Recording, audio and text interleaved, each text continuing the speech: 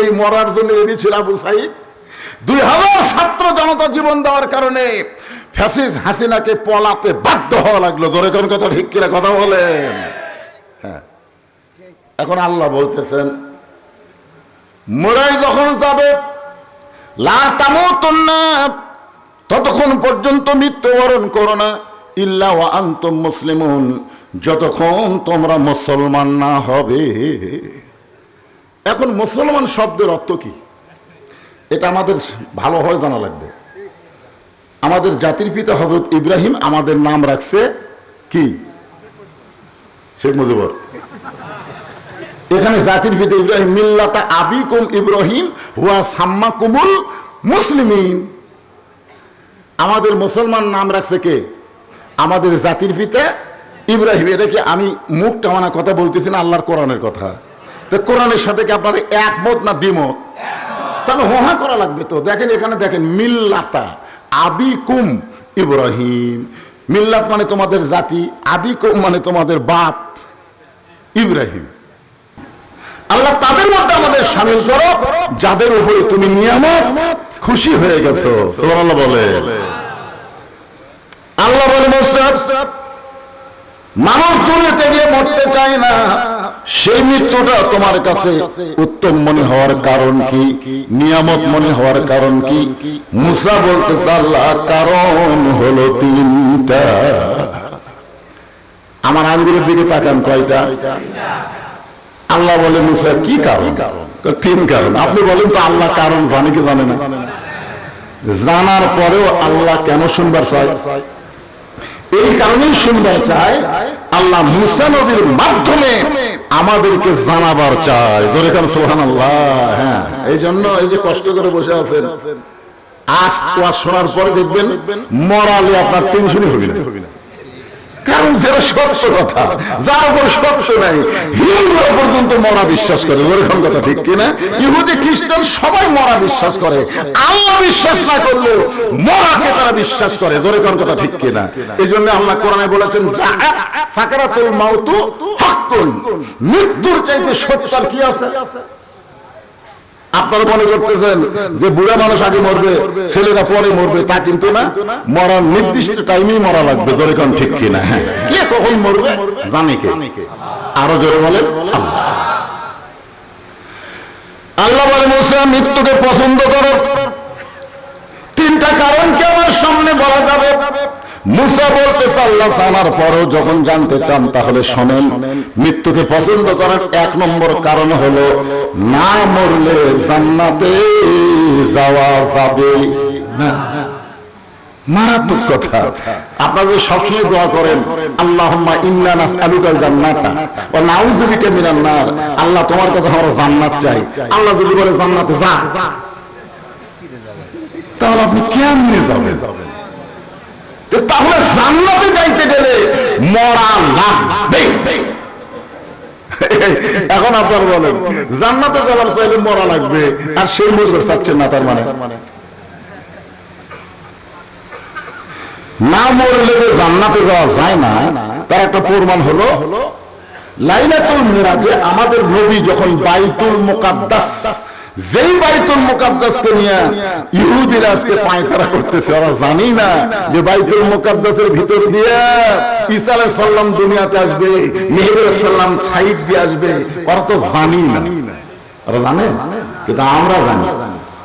মার হবি সাইজ মতো পাহাড়ের গুহাই গুহাই লুকাবে, খুঁজা খুঁজা উকুন বাসার মতন পৃথিবী থেকে ইহুদি খ্রিস্টান হিন্দুদেরকে ধ্বংস করে দেওয়া হবে। জোরে কার কথা ঠিক কিনা?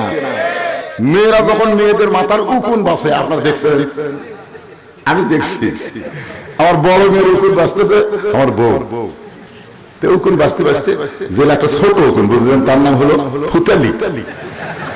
ফুতালি ফুতালি এই ছোট রে ফুতালি রে ফুতালি রে এই ঢেলা ঢেলা ঢেলা, এই ঢেলা তখন পাই বুঝলেন, তখন একটু বাইর করে লোকের কানের কাছে দেখতে দেখতে এই উকুন বাসার মতন বাসা বাসা প্রত্যেকটা ইহুদি খ্রিস্টান হিন্দুদেরকে শেষ করে দেওয়া হবে। জোরে জোরে কথা ঠিক কিনা? একজনও থাকবে না দুনিয়ায়, একজনও থাকবে না। কি ভাবতেছেন আজকে এরকম, আগামীকাল এরকম নাও হতে পারে? গত বছর এই সময় হাসিনার তারপরে আমার মতন বদরশীল আক্কেলপুর খেতলাম আর কালাইয়ের মধ্যে ঢুকতে পারে নাই। জোরে কোন কথা ঠিক কিনা? আর এই বছর কে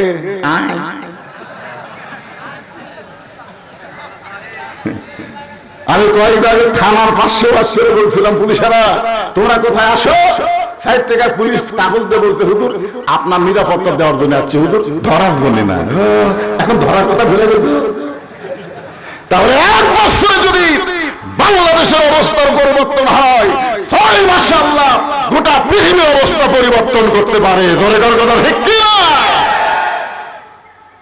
তো এখন লাইলাতুল মেরাজে বাইতুল মুকাদ্দাসে আমাদের নবী কিন্তু 2 রাকাত নামাজ পড়াছেন। আমাদের নবী কিন্তু ইমামুল আম্বিয়া ইমামুল মুরসালিন। আমাদের নবী কিন্তু মুসল্লি না, আমাদের নবী হলো ইমাম। আমাদের নবী কি? ইমাম। 2 রাকাত নামাজ পড়ানোর পরে নবী বললেন, জিবরাইল ভাই, এই যে এতগুলো আমার পাশে নামাজ পড়লো এরা কারা? জিবরাইল বলতে হুজুর সমস্ত নবী রাসূল আজকে আপনার পিছনে ইক্তেদা করলো। এই মুহূর্তে আপনার ডিগ্রি হলো ইমামুল আম্বিয়া ইমামুল মুরসালিন। নবী বললেন, সমস্ত নবী রাসূলকে আমি একটু দেখতে চাই। সঙ্গে সঙ্গে একটা মেম্বার এনে দেওয়া হলো। নবী মেম্বারে দাঁড়ালেন।